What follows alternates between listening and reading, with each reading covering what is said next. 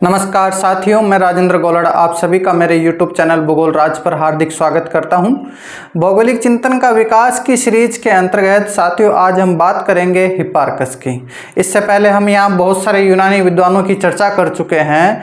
जैसा कि आपको पता है कि सबसे पहले हमने यहाँ होमर की चर्चा की, उसके पश्चात थेल्स, फिर एनाक्सिमेंडर, हिकेटियस, हेरोडोटस, इरेटोस्थनीज, इस प्रकार से हमने बहुत सारे विद्वानों की चर्चा की। तो उसी कड़ी के अंदर आज हम चर्चा करेंगे हिप्पार्कस की। तो हम चलते हैं हिप्पार्कस की ओर। हिप्पार्कस का सबसे पहले हम देखते हैं जीवन काल। जीवन काल में इनका जन्म 190 ईसा पूर्व में हुआ। इनका जन्म कब हुआ? 190 ईसा पूर्व में, और इनकी मृत्यु हुई 125 ईसा पूर्व के अंदर। नेक्स्ट हम देखते हैं कि अलेक्जेंड्रिया पुस्तकालय के ये अध्यक्ष बने। इरेटोस्थनीज जब तक जीवित थे तब तक वो अलेक्जेंड्रिया पुस्तकालय के लाइब्रेरियन पद पर बैठे रहे, यानी वो मृत्यु पर्यंत तक उस पद पर थे। उसके पश्चात इरेटोस्थनीज के मरने के पश्चात हिप्पार्कस अलेक्जेंड्रिया पुस्तकालय के लाइब्रेरियन पद के ऊपर पदस्थापित हुए, यानी वो उस पुस्तकालय के अध्यक्ष थे। नेक्स्ट हिप्पार्कस एक खगोल शास्त्री से, यहां से एक बार क्वेश्चन पूछा गया था कि हिप्पार्कस थे भूगोलवेत्ता, खगोल शास्त्री, मौसमवेत्ता, जलवायुवेत्ता। तो यहां पर आपको ध्यान रखना है ये क्या थे? खगोल शास्त्री, ये एस्ट्रोलॉजिस्ट थे।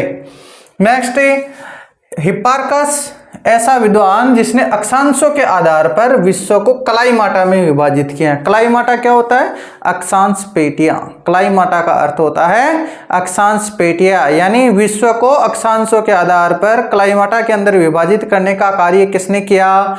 हिप्पार्कस ने। ये ऐसे क्वेश्चन कई बार पूछे गए हैं। मैं आपको यहाँ पर जो बता रहा हूँ पूरा स्पेसिफिक तरीके से बता रहा हूँ, एग्जाम की दृष्टि से बता रहा हूँ, तो आप इसको एग्जाम की दृष्टि से पढ़ें। कई साथियों के कमेंट आ रहे हैं कि सर ये हमारे ये जो बुक्स हैं ये समझ में नहीं आती हैं, इसको बार बार पढ़ते हैं फिर भूल जाते हैं। तो साथियों मैं आपको बताना चाहूँगा कि आप इस बुक्स को जितनी बार पढ़ोगे उतनी ही जल्दी ये आपको याद होगी। याद करने का इसका तरीका एक ही है कि आपको इसको बारंबार पढ़ना पड़ेगा। नेक्स्ट हम चलते हैं हिप्पार्कस का अगला योगदान कैटालॉग ऑफ स्टार्स, यानी हिप्पार्कस ऐसा प्रथम विद्वान जिसने तारागणों की प्रथम ज्ञात सूची, जो हमारे तारागण हैं, इन तारागणों की प्रथम ज्ञात सूची का ये संग्रह करता था। क्या था? तारागणों की प्रथम ज्ञात सूची का संग्रह करता। कौन था? हिप्पार्कस था। इसके अलावा इन्होंने आरंभिक त्रिकोणमिति, जो त्रिकोणमिति है, आरंभिक त्रिकोणमिति के स्वरूप का निर्धारण किया। नेक्स्ट इसके अलावा ये जो यहाँ पर एक चीज और मैं आपको बता दूं, विश्व को कलाईमाटा के अंदर विभाजित किया तो इन्होंने साथ ही विश्व को अक्षांश देशांतरों का निर्धारण भी किया। विश्व के अंदर अक्षांश देशांतरों का निर्धारण भी किया, और जो विषुवत व्रत है तथा सभी जो देशांतर रेखा है उनको इसने व्रत बताया। आज भी हम जानते हैं कि व्रत कितने हैं? एक तो सभी देशांतर व्रत हैं और एक विषुवत रेखा व्रत हैं। अब बात ये आती है कि व्रत होते क्या हैं? तो व्रत वो होते हैं जो पृथ्वी को बराबर दो भागों में विभाजित करें। पृथ्वी को बराबर दो भागों के अंदर विभाजित करें तो वह रेखा क्या कहलाएगी? व्रत कहलाएगी।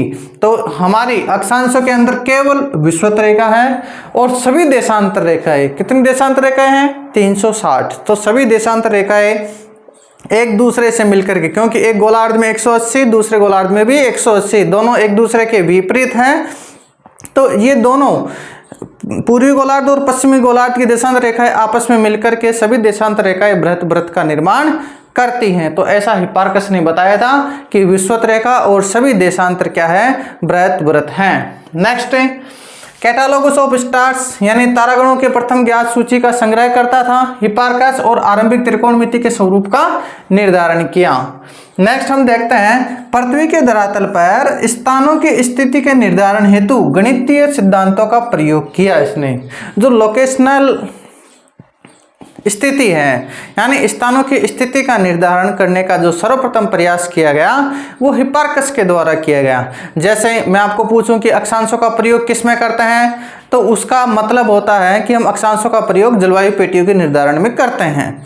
दूसरा मैं आपको पूछूं कि देशांतरों का प्रयोग किस में करते हैं, तो देशांतरों के लिए कहोगे कि समय निर्धारण के अंदर इसका प्रयोग करते हैं।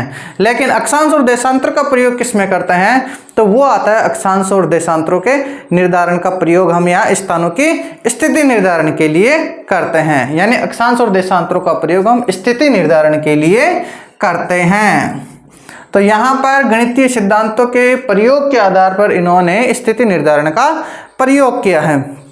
इसके अलावा यहाँ पर ये प्रथम विद्वान हिप्पार्कस प्रथम विद्वान जिसने असीरियन गणित के आधार पर, ये क्वेश्चन यहाँ पूछा गया था, असीरियन गणित के आधार पर वृत्त को 360 डिग्री में विभक्त करने का कार्य किसने किया है, हिप्पार्कस ने किया है। ये भी यहाँ पर बहुत ही इंपॉर्टेंट सवाल है, इस चीज को आप ध्यान में रखें कि वृत्त को 360 डिग्री के अंदर विभक्त करने का कार्य सर्वप्रथम किसने किया, हिप्पार्कस ने किया।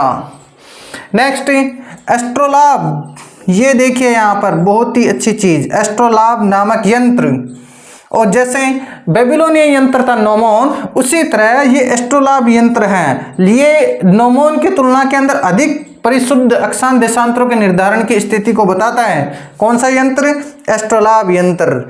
जो बेबीलोनियन यंत्र था नोमोन, उसके द्वारा भी मेडिटेरियन रेखा यानी देशांतर जो रेखा है उसका निर्धारण किया जाता था, जबकि एस्ट्रोलाब के द्वारा अक्षांश और देशांतर रेखाओं का निर्धारण किया जाता है। यानी नोमोन की तुलना में अधिक परिशुद्ध यंत्र है, और इस यंत्र के आधार पर इन्होंने पूरे विश्व के अक्षांश देशांतर निर्धारित किए और विश्व को 11 जलवायु प्रदेशों के अंदर बांटा।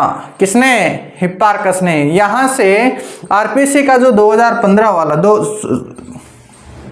यहाँ से आरपीसी का जो 2016 वाला कॉलेज लेक्चरर का पेपर था, उसके अंदर ये क्वेश्चन आया था कि विश्व को 11 जलवायु प्रदेशों के अंदर विभक्त करने का कार्य किसने किया, हिप्पार्कस ने किया। नेक्स्ट, इसके अलावा हिप्पार्कस का हमें योगदान यहाँ देखने को मिलता है, पृथ्वी के त्रिविमीय तल को द्विविमीय तल में रूपांतरित किया।